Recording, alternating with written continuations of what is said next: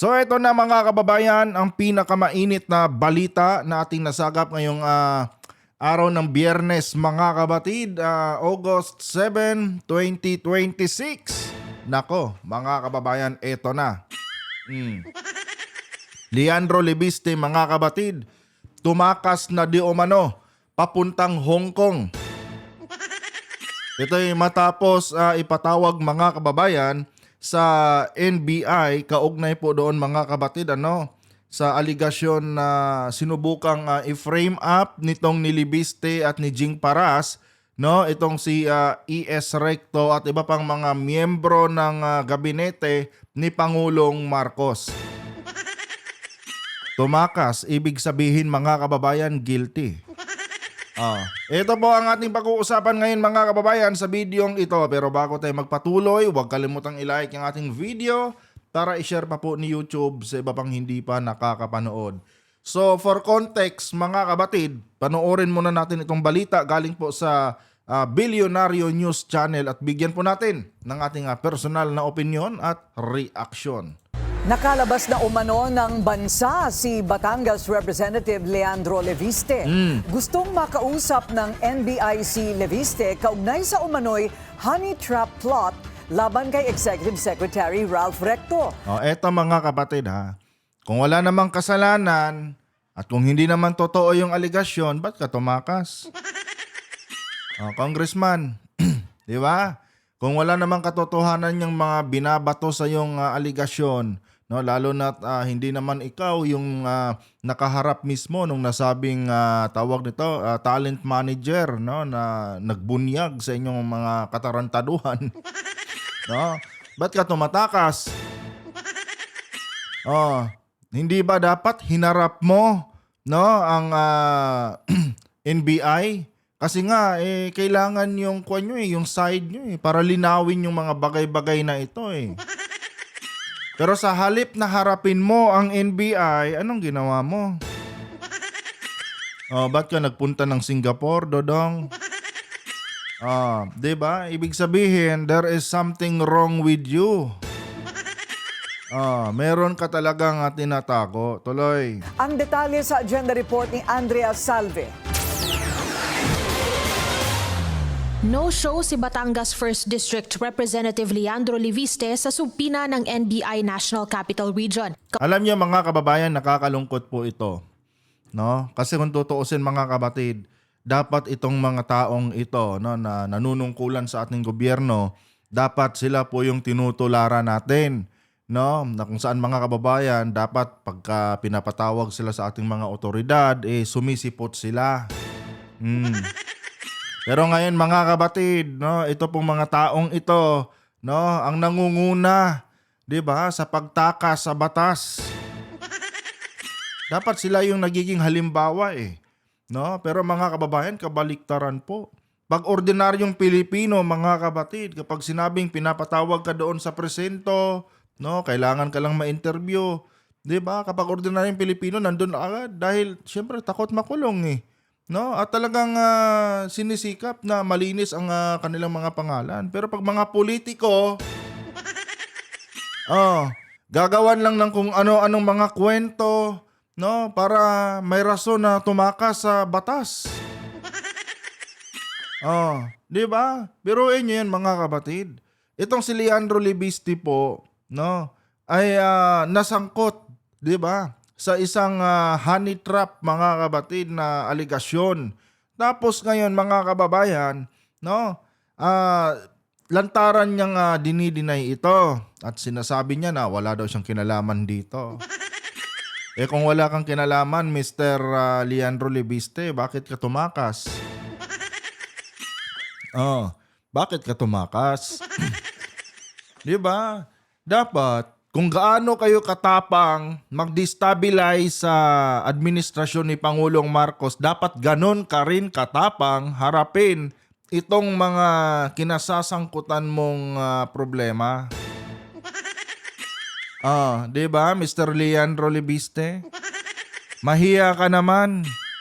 Di ba? Nagmamalinis ka, akala mo kung sino kang malinis. Tapos ngayon, hindi mo hinaharap itong mga aligasyon na ibinibintang sa'yo. Ikaw daw yung pinanser eh. Pinanser ka, no? Ikaw yung producer, si Jing Paras naman yung director. Bakit nagtatago kayo ngayon?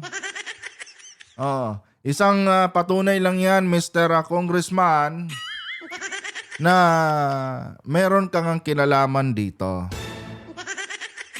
Biruin nyo yan, mga kabatid. No? Ang lakas tawag nito, ang lakas mamuna sa administrasyon ni Pangulong Marcos. Tapos kapag sila naman ang tawag nito, pinapanagot sa kanilang mga katarantaduhan, takot pala. Magaling lang sa kwento, no? Wala namang kwenta. Kaugnay sa gubugulong na investigasyon sa umano'y character assassination plot laban kay Executive Secretary Ralph Recto. Pero sa sulat na ipinadala ng kanyang kampo sa tanggapan, late po today, na-receive po natin yung letter from the lawyers of Congressman Leandro Leviste requesting for some pieces of documents na according to them na pwede nilang pag-aralan, asking for the nature of the case, nature of the investigation para rin ma-appraise sila for them to intelligently answer our interview. Answer. Ang taong malinis, mga kabatid, ang taong malinis po ay hindi po takot humarap, no, sa ating otoridad. Kasi nga, mga kababayan, bakit ka matatakot kung hindi naman totoo yung binibintang sa'yo? Di ba? May mga abogado ka naman na sasama sa'yo. And I'm sure, hindi ka naman basta-basta ikakahon, no? Kung wala namang sapat na ebidensyang magtuturo sa'yo. Pero dahil siguro sapat ang ebidensya, kasi hindi nga basta-basta yung binulgar nung nasabing hindi nga basta-basta yung binulgar nung nasabing talent manager. Kaya natakot si Leviste. Kung totoosin nga, hindi naman ikaw yung dinidiin eh. Ang dinidiin doon si Jing Paras. Kanya nga lang kapag trinace siguro, no? Kapag trinace siguro yung buong yung buong plano, baka ikaw yung ituturong mastermind. Or the other way around tayo, Mr. Leandro Leviste. Baka naman wala kang tiwala kay Jing Paras. No? Baka kasi kapag nagkagipitan na sa investigasyon, bigla kang ikanta ni Jing Paras. Ganon talaga ang posibleng mangyari dito, mga kapatid. No, para makalibre si Paras, kailangan niya talagang idiin si Leviste. Kasi nga, siya lang naman ngayon ang dinidiin. No? Kasi siya yung nakipag-contact no? Sa nasabing tawag nito, talent manager. Pero kapag nilaliman ang investigasyon, no, baka si Leviste na talaga ang maituturo dito na utak. Technically, siya naman talaga eh. No, kasi itong si Paras, mga kababayan, wala naman itong wala naman itong pera. Di ba? Dumidikit lang naman ito sa mga politiko na na medyo may kaya. Kaya itong si Paras ngayon, mga kabatid, delikado din. Kasi nga, mga kababayan, kapag hindi niya ikinanta itong si Leviste bilang mastermind, bilang bilang producer, no? Siya talaga ang madidiin dito. So kailangan ito ni Paras, mga kabatid, ilaglag si Leviste. Kaya nga kailangan nilang dalawa maglaglagan eh. Pagalingan sila ng statement, mga kababayan. Kaya itong si Leviste siguro, dahil wala siyang tiwala kay Paras, mga kabatid, no? Yun na. Sumibat papuntang Singapore. Galing, di ba? Pag-uusapan po ng team namin yan kung anong magiging sagot dyan. Pero in the meantime, hindi po natin pinagbigyan. tinanggihan din ng NBI ang kaparehong hiling ng kampo ni dating Negros Oriental Representative Jing Paras. Una na nilang hiniling ang ilang dokumentong may kaugnayan sa kaso, kabilang na ang sworn affidavit ng naarestong umano'y bugaw at ang iba pang mga ebidensya na hawak daw ng NBI. Bakit niya hihingiin yan? Oh, para saan? Kaya nga pinapapunta kayo sa NBI eh. 'Di ba? Para klaruhin yung mga bagay na 'yan. Hindi para hingiin nyo yung mga dokumento tapos kakargahan nyo na naman ng kung ano-anong kasinungalingan. Oh, kasi ang style nila dito mga kapatid, hihingiin muna nila yung sinumpaang salaysay ng witness. Pagkatapos mga kababayan, magbi-brainstorming sila kasama yung kanilang mga abogado. O ganito congressman ganito lusot natin dito. No, pasisinungalingan mo ton dito banda. Tapos gawan mo ng kwento. Ganon yan eh. No, alam na namin yan. Oh, kaya hindi dapat ganyan. At hindi talaga ganyan ang proseso. 'Di ba? Dapat magpakita kayo sa tanggapan ng NBI. Magpakita kayo sa tanggapan ng NBI at dapat doon kayo magpaliwanag ng inyong side. Hindi yung i-bend nyo no, yung sistema ng tamang investigasyon para lang pumabor sa inyo. 'Di ba mga kapatid? Ganon yung gusto nilang mangyari. No? Ayaw nilang sundin yung tamang procedure. Kasi nga mga kababayan, baka pag sinunod yung tamang proseso mga kapatid, baka diretso na sila sa selda. Kaya ang gusto nila ngayon, kunin mo na yung mga sinumpaang salaysay at pag-aaralan nila.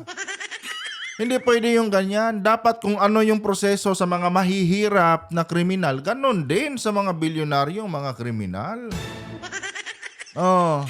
Patas ang batas dapat. Hindi yung may special treatment. Gusto nila special treatment eh. Bago sila humarap sa patawag ng NBI, pag-aralan muna. Pwede ba yon mga kababayan? Tama lang na hindi pumayag dito ang NBI.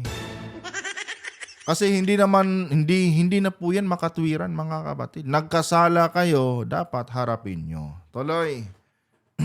Ivit, nang naarestong umano'y bugaw at ang iba pang mga ebidensya na hawak daw ng NBI.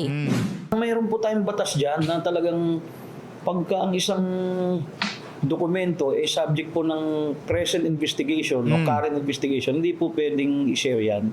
Di ba? Tama yun mga kababayan. No? Para bang pinag-exam ka ng open notes. Ganon yung labas eh. No? Aaralin mo muna yung sinasabi ng kabilang parte, no? Yung sinasabi ng witness, tapos tsaka ka sasagot. Para kang nag-exam na open notes mga kapatid. Hindi pwede talaga yung ganyan. Mali yan, 'di ba? Kaya ngayon, no, itong dalawang kulukoy na ito, lalo na itong si Libiste mga kapatid, mautak. Sumibat ka agad nung pumutok ang issue. Tignan nyo kung kailan siya sumibat dito mga kababayan, pakinggan nyo. Po ng present investigation o current investigation, hindi po pwedeng i-share yan. Kasi mako-compromise yung investigation. Plus Tama yung yun. mga persons or personalities involved, baka makompromise din. Bagaman hindi humiling ng resetting si Liviste, bibigyan pa rin daw ito ng pagkakataon na humarap sa mga investigador. Kita nyo, may mga special treatment pa rin. Di ba? Dapat humarap na kayo. Grabe na yung mga pribilehiyo na ino-offer sa inyo. Di ba? Bias na yan. Tapos ayaw nyo pa rin humarap. Sa tingin ko mga kapatid, no, ito analysis ko lang to Hindi ko sinasabing totoo itong sinasabi ko sa inyo. No?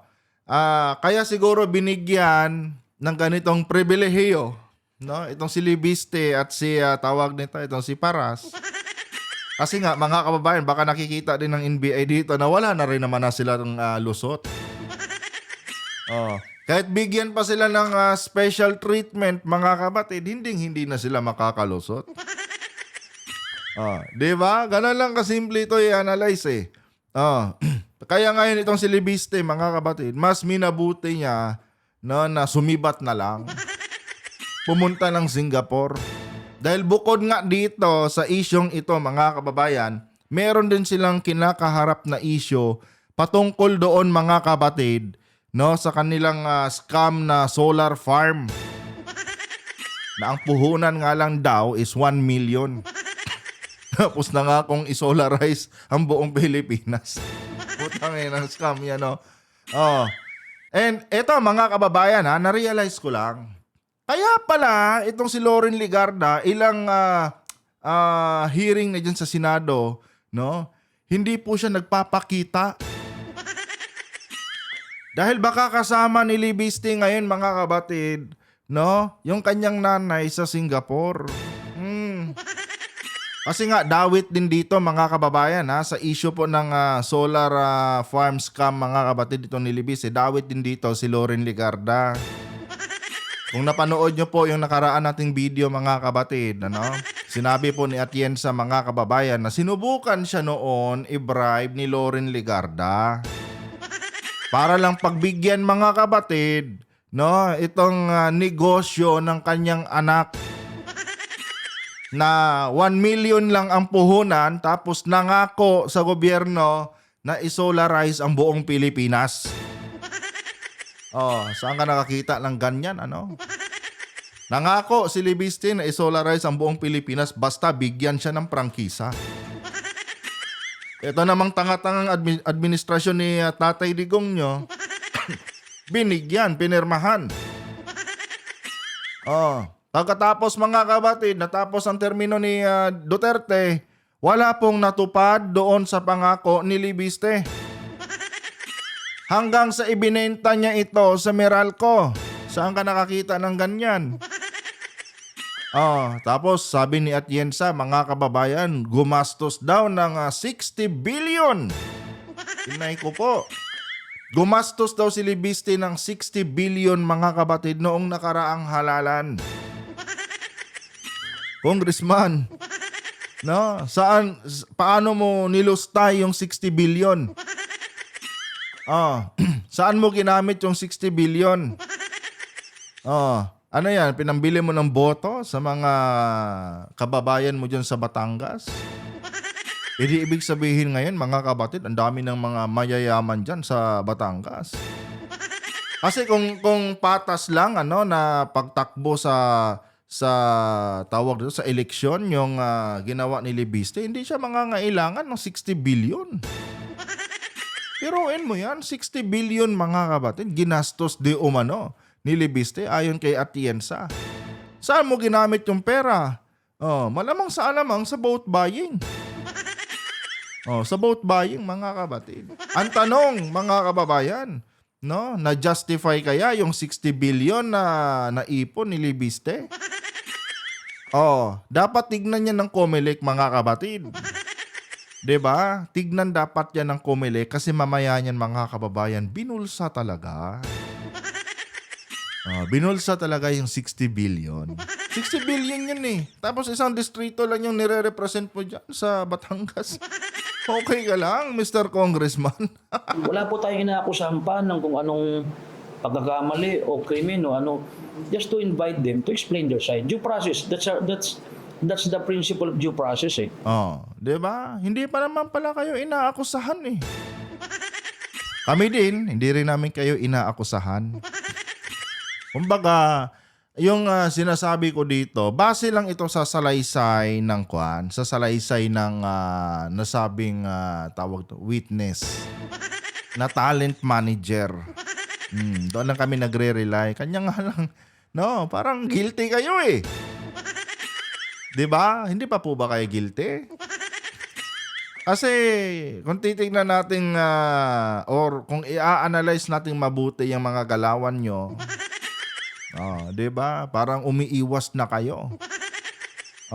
I-interviewin lang naman pala kayo. Pero bakit tumakas na kaagad? Ba't nag-Singapore ka kaagad, Congressman? Masalamat nga kayo may due process. Kung berdugo lang siguro si Marcos tulad kay Tatay Digong nyo. 'Di ba? Nung pagputok pa lang nung balita baka kinulong na kayo kaagad.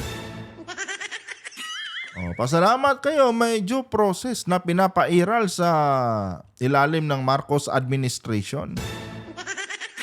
Kahit papano makakalaban kayo. Pero bakit ganon? Bakit tumakas kayo kaagad? Diba? Ibig sabihin lang yan, mabigat siguro talaga ang ebidensya.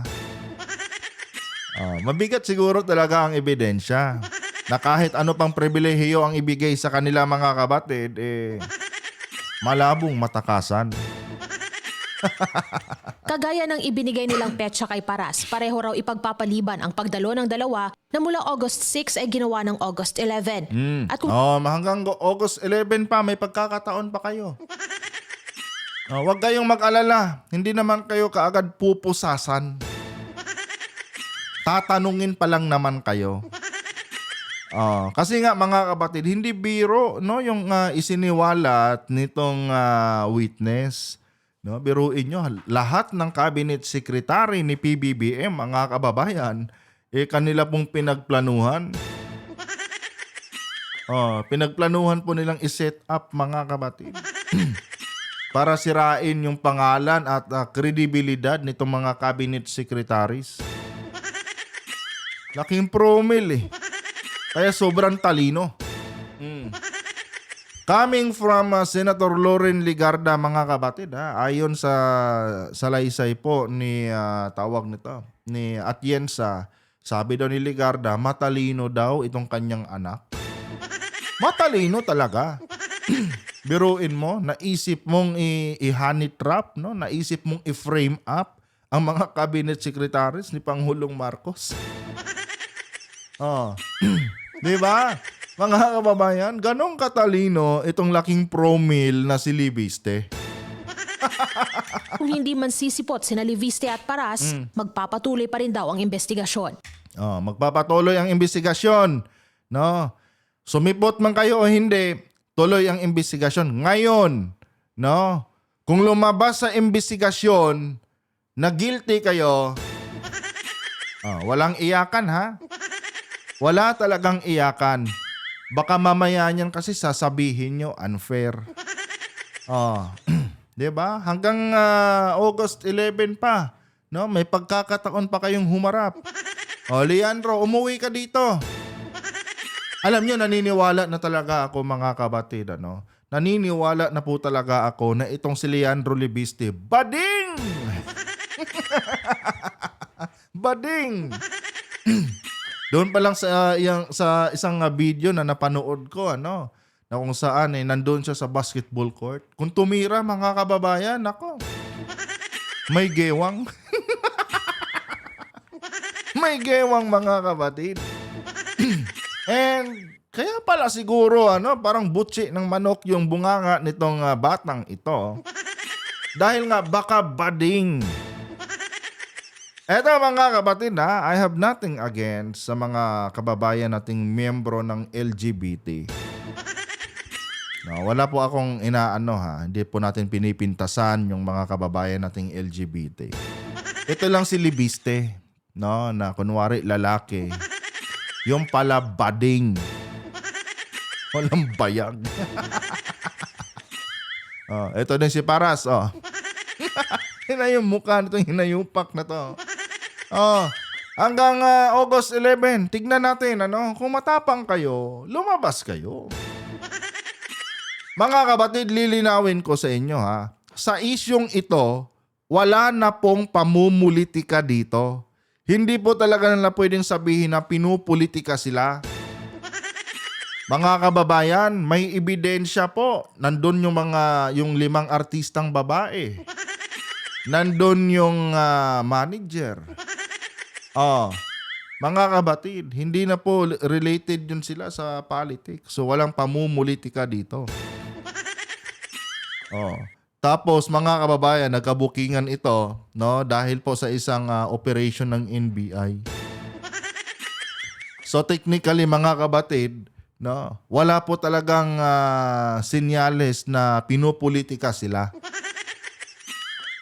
Mga kababayan, nagkataon lang, no, na nagkabistuhan. Kasi nga ayon sa ayon po sa kwento ng tawag dito ng witness. Noong time kasi mga kapatid na inoperate sila ng NBI dahil nga ito ngang si talent manager nakitaan nga ng paglabag sa batas dahil doon sa tinatawag na human trafficking. Kasi nga binibenta niya yung mga babae niyang starlet Dahil doon mga kababayan, nagsagawa ng entrapment operation ang NBI. Ngayon mga kabatid, nung nagkaroon ng entrapment operation ng NBI, nasa kote sila. Itong si manager, nadulas mga kababayan. Ikinanta kaagad ni manager yung mga plano nila Libiste. Dahil ang akala daw ni manager mga kabatid, related daw sa politika yung pagkahuli sa kanila. Aksidente lang mga kababayan, Aksidente lang mga kabatid na banggit ni witness yung patungkol kila Libiste. Doon na nagsimula mga kababayan na mag-imbestiga ang NBI. Dahil sabi ng NBI, hindi naman ito related doon. Kaya namin kayo inoperate dahil meron kayong ginagawang human trafficking. Ikaw ang nagsabi niyan. Doon nagkaroon ng lead ang NBI hanggang sa nagsanga-sanga na mga kapatid. Nagkabulgaran na daw kasi. Di ba? Kaya itong si Libiste, itong si Paras, nako. Malaki talaga ang tsansa na maghihimas rehas itong dalawang ito, mga kapatid.